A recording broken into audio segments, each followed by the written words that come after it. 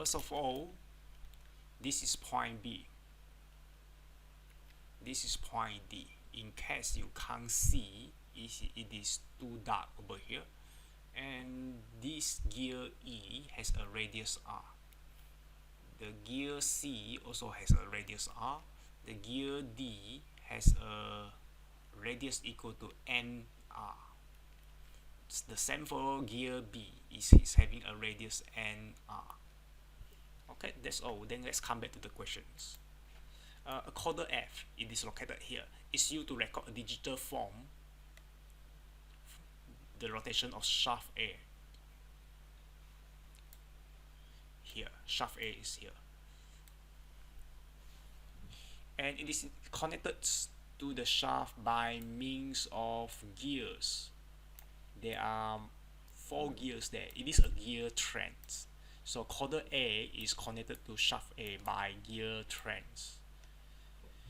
And there are 3 shafts, one here, another one in the middle, and the one on the left. All of them is having a diameter D. 2 of the gears have a radius R. It is talking about gear E and E. And the other 2 gears is having radius NR, that is referring to gear B and gear D. The rotation of the coder F is prevented, so it is a fixed end at point F. It can't rotate at point F, but it can rotate at the other points. Determine in terms of torque T, the length L, the length of the shaft from one point to the other point is L. Okay, from point A to B is L, B to C to D is also L, and F to E is also L. This is L. The G is the shear modulus, the modulus of rigidity, and the polar second moment of area J, and N is this ratio, and the angle through which the NA rotates. It refers to what is the exact amount of angle of twist. Alright, so first of all, let me bring this to the left. Okay.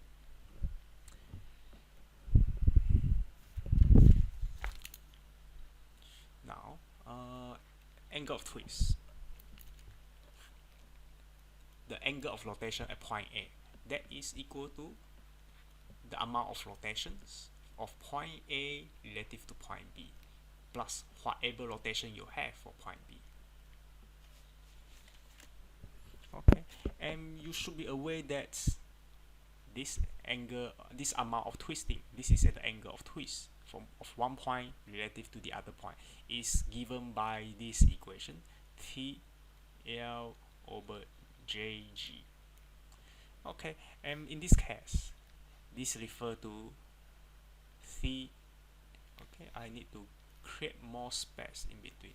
It is referring to TAB, the torque applied on the whole length of the shaft, TAB. And previously we have L over here. Now the L is the lowercase l, so we will use the appropriate symbol then, lowercase l. So if we substitute this into the previous equation, then we can write it as this. And this is an equation 1. Alright.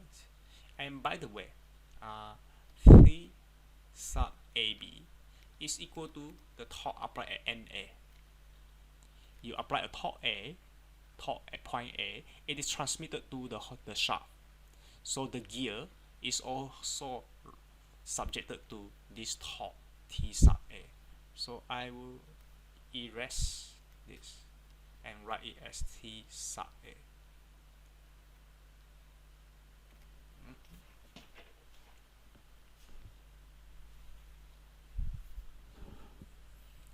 Okay,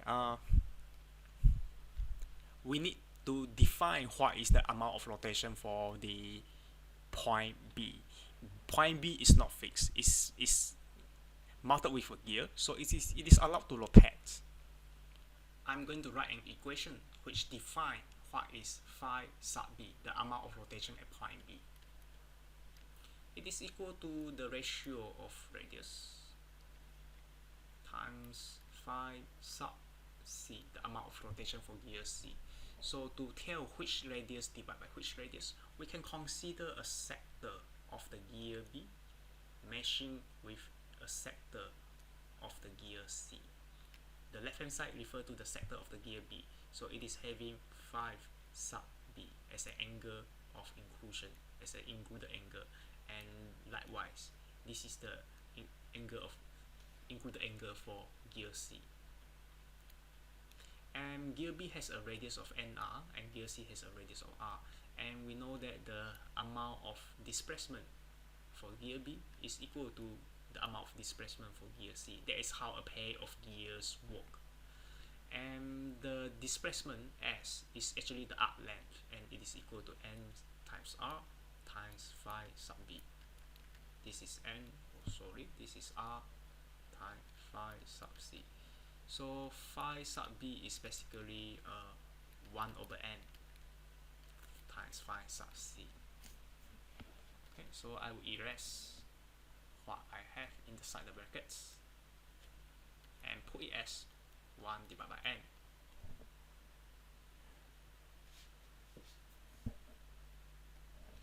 Okay, this is my equation number 2. So far I have two equations, equation 1 and equation 2, and I have one unknown. The first unknown is this one.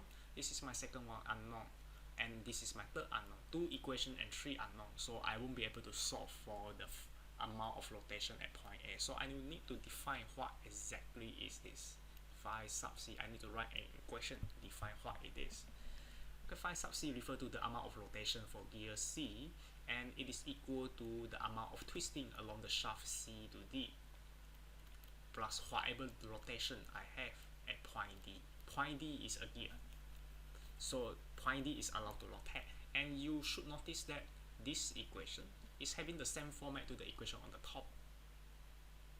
What has been changed is the subscript. Okay, so likewise I will write an equation defining what is the amount of twisting from point C to point D. It is equal to T. This time it is sub C and D times L over JG. This is the angle of twist equation. Alright, and this is an unknown. We need to determine what is this value, what is the quantity of this torque. Right. I will write it over here. So I will start from a free body diagram. The circle on the left represent the gear B, and the circle on the right represent the gear C. And let's consider Newton's third law. We have equal and opposite force. This is F, this is F prime. So F is equal to F prime. So force F is equal to torque divided by radius, and it is also torque divided by radius on the right hand side. And on the left hand side it is the torque acting on the first shaft, so it is T sub A. And on the right it is referring the torque acting on the second shaft, so it is T sub CD. And on the left, the radius of the gear B, it is NR, and on the right it's just radius R. So I can simplify it as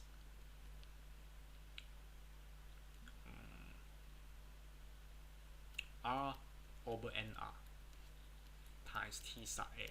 So it is actually 1 over N times T sub A.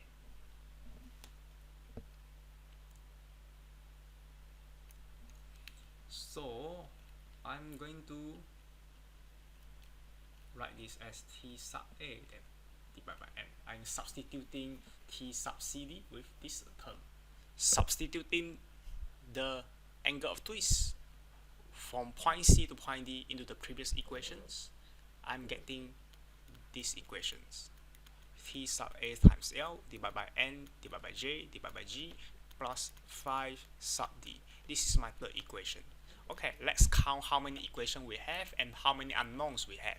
We have 3 equations so far, and we have first unknown, second unknown, third unknown, and fourth unknown. We have 4 unknown. That means I still need to write one more equations so that the number of equation and the number of unknowns are balanced.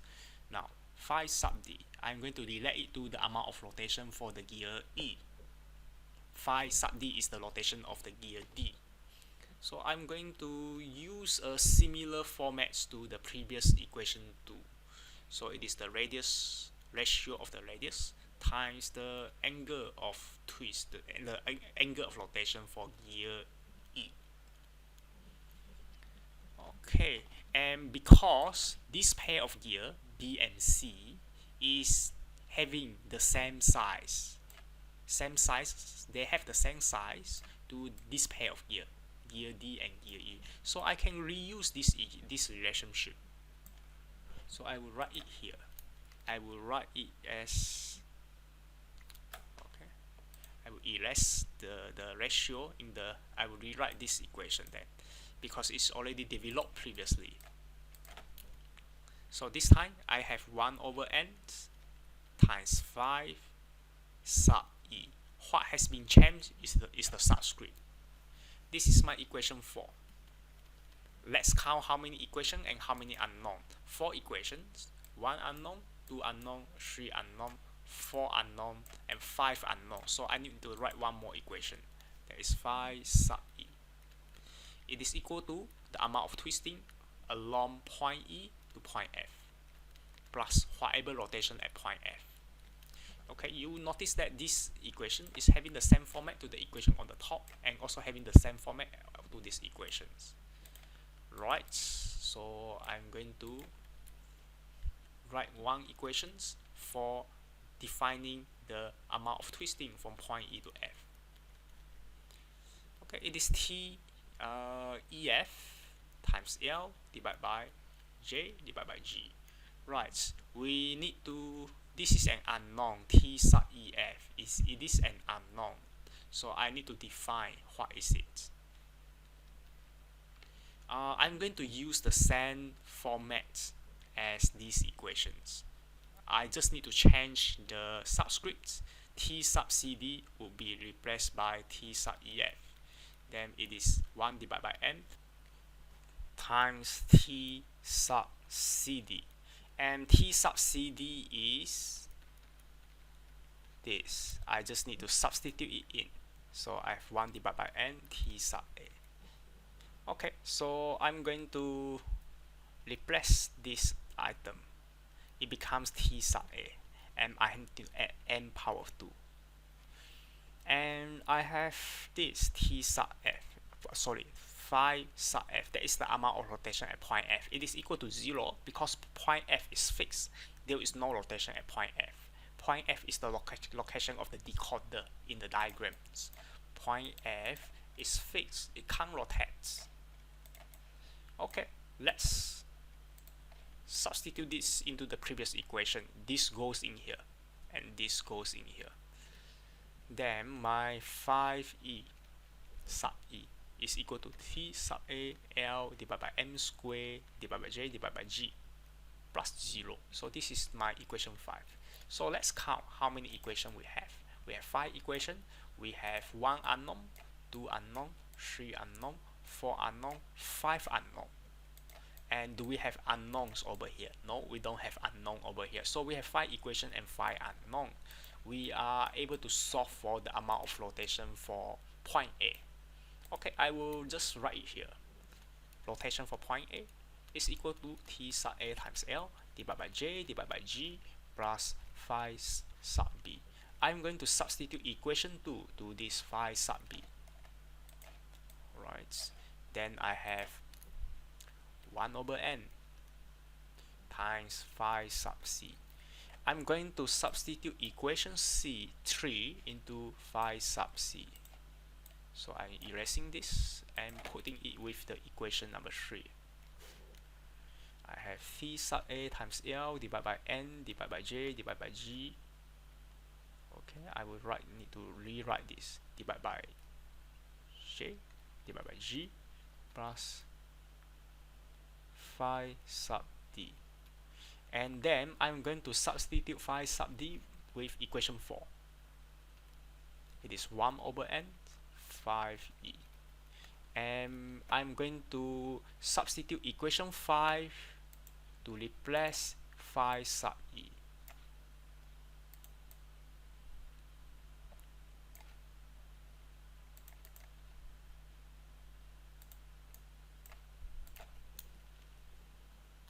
Okay, it is T sub A times L over M squared divided by J divided by G.